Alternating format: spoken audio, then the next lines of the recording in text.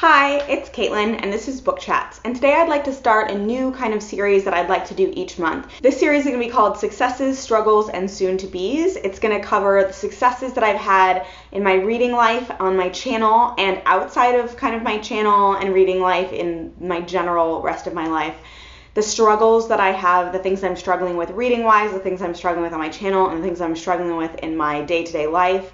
And then soon-to-bes, things that I'm hoping to do soon, either on my channel or in my life. So this is the inaugural Successes, Struggles, and Soon-to-Bes for May. I'm going to start with successes. My favorite book of May is Station 11 by Emily St. John Mandel. I consider this a huge success. I've had this on my TBR for a while because I heard about it from Booktube. I put it on my list of things to read, and so many people told me this book wasn't what I expected, and yet it still wasn't what I expected when I finally picked it up. Huge shout out to Christina Marie, who was looking for someone to buddy read with her on Twitter, and I answered the call, and this was the book we chose, and literally I would not have picked it up off of my TBR if not for that, and I am kicking myself for not reading it sooner. It is so good, guys.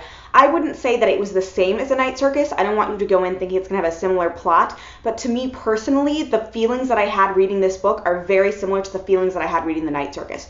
One of the things that I love the most about The Night Circus is how it's just so cleverly plotted and assembled and put together. Every time I read it, I'm in awe of the way that Erin Morgenstern just put every little piece together so it fit perfectly, and it's like watching a beautiful puzzle. I felt like Station 11 by Emily St. John Mandel was very similar. The rest of this video will be totally different from that, but I just had to get that out of my system. So successes for May, of course the obvious big one is BEA. I went to BEA for the first time this May, and actually probably the last time this May, which I'll talk about in a different video. I do consider BEA a success. I really enjoyed it.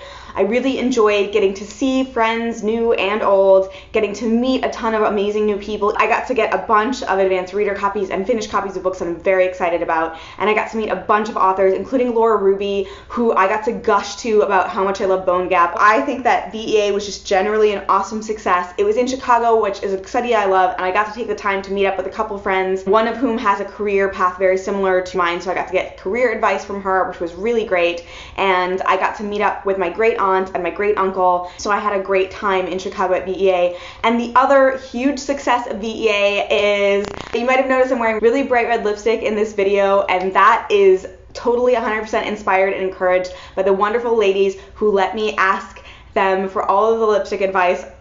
Ever since I started watching BookTube videos, I've been enchanted by the amazing lipstick game of so many creators out there. Shout outs to Sam from Thoughts on Tomes, Sana from Ink Bones Books, Mari from My Name is Marines, Joss from Squibbles Reads. I'm sure I'm missing a bunch of people, and for me, there's a huge long story behind it, but basically when I was younger and at an age when a lot of people learn to use makeup, I was kind of, because we devalue things that are traditionally feminine in our society, I was also devaluing them, so I didn't see a value in makeup. But now I see that it is a really good form of personal expression, and especially in a forum like a BookTube video, because it's not like you have to go out and spend your whole day in it. You can just wear it in this 10 minutes, but then that 10 minutes gets played over and over by people all over, and it I don't know. Anyway, it's an expression of your personality, but bright colors and bold colors are scary, because it's if you just wear neutrals, which is most of the time that I actually wear makeup, I just wear neutrals, then you just blend in, and if you screw up, it's not a big deal, and you aren't putting yourself out there the same way you are when you use brights.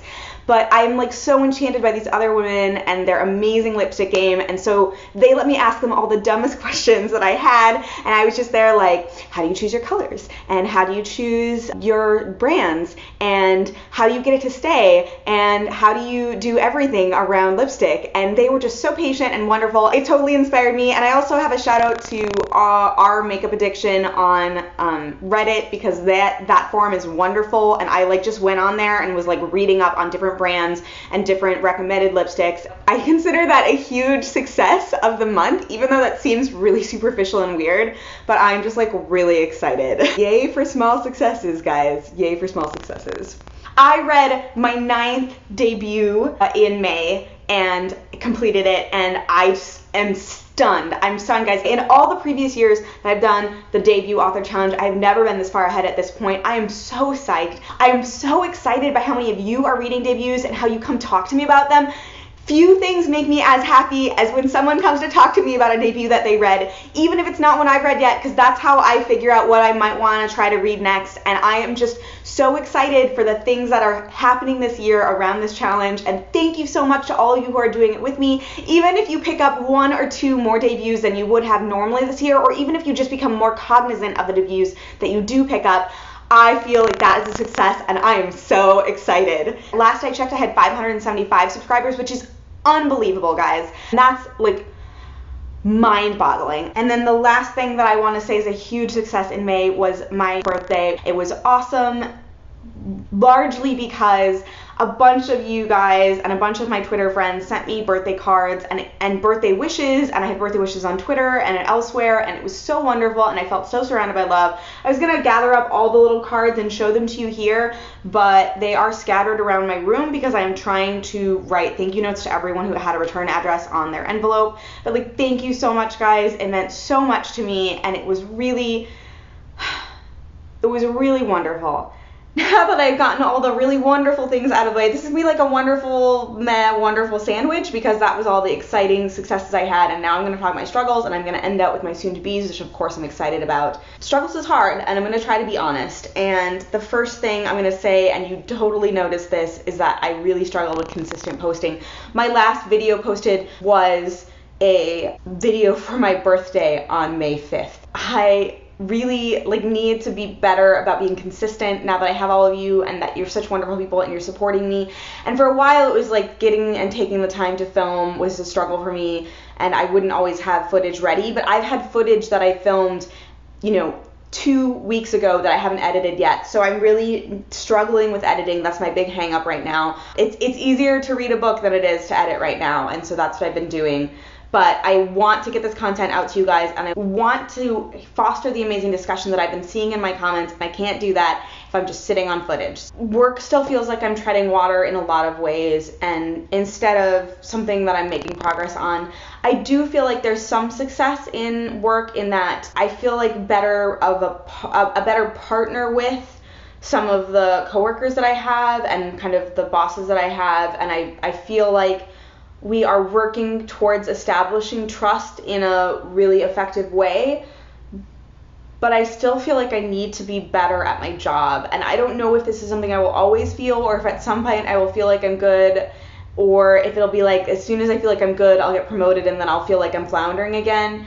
But I don't know if any of you are in careers. I think what's really been a struggle for me is that this is my first year in a job that is a career and not just a job to have a job. And that is something I've really struggled with, and I'm continuing to struggle with. I am behind a lot on my goal to read 12 or more 500 plus page books this year. I think I've read 2, and I am really hoping to read 12. That was a huge struggle, especially in May. I read like 12 books in May, but very few of them were long. A lot of them were fast reads that I kind of binged quickly. Unrelated to reading, I struggled a lot with budgeting in May. I went to BEA, which is a huge expense, and so of course Blip went all of my expenses for the month. And I've been insulated from a couple costs associated with being an adult. Until recently, I was driving a car that my parents had purchased for me and that I was essentially borrowing from them on a long-term borrow. And I was not paying insurance on it because I did not own the car. And recently I bought a car. When I finish off my last car payment, the title will transfer to me and I will have to get my own car insurance. And it is scary. And so I redid my budget 3 times this month trying to fit that into it. And it's just hard. It's really hard, guys. I hope that I can get better at it. But right now, it just is something that I struggle with. Let me know if you've struggled with any of these things, and if you just any advice, just let me know below.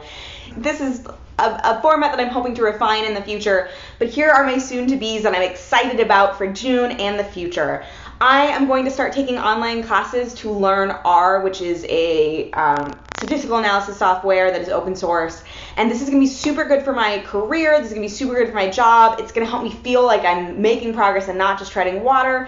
But it is going to take some of my time up, and it's going to take my time up not just like in taking my time up, but in like there's a finite amount of time I want to spend on my computer in a week, and these classes will be on my computer, and I will be doing homework on my computer for them, and that will make it even harder for me to edit my videos. I have a bunch of content planned, and I'm very excited about that. Primarily, I have reviews. I have several tags that I'm behind on that I'm excited and want to get to, and I have a series that I've always from the beginning of my channel intended on doing and haven't, about being a library super utilizer, and hopefully I can get it started in June. Really exciting, but again, a challenge for my channel. I'm traveling to the East Coast twice in June for weddings. I am so excited. Travel is great for my reading life because I read really well on airplanes, and terrible for my filming life because I don't film or edit things usually when I'm traveling. I am super excited for Tome Topple. If you guys don't know what Tome Topple is, I'm going to put a link down below to the announcement video and the video with the rules that Sam made. Samantha from Thoughts on Tomes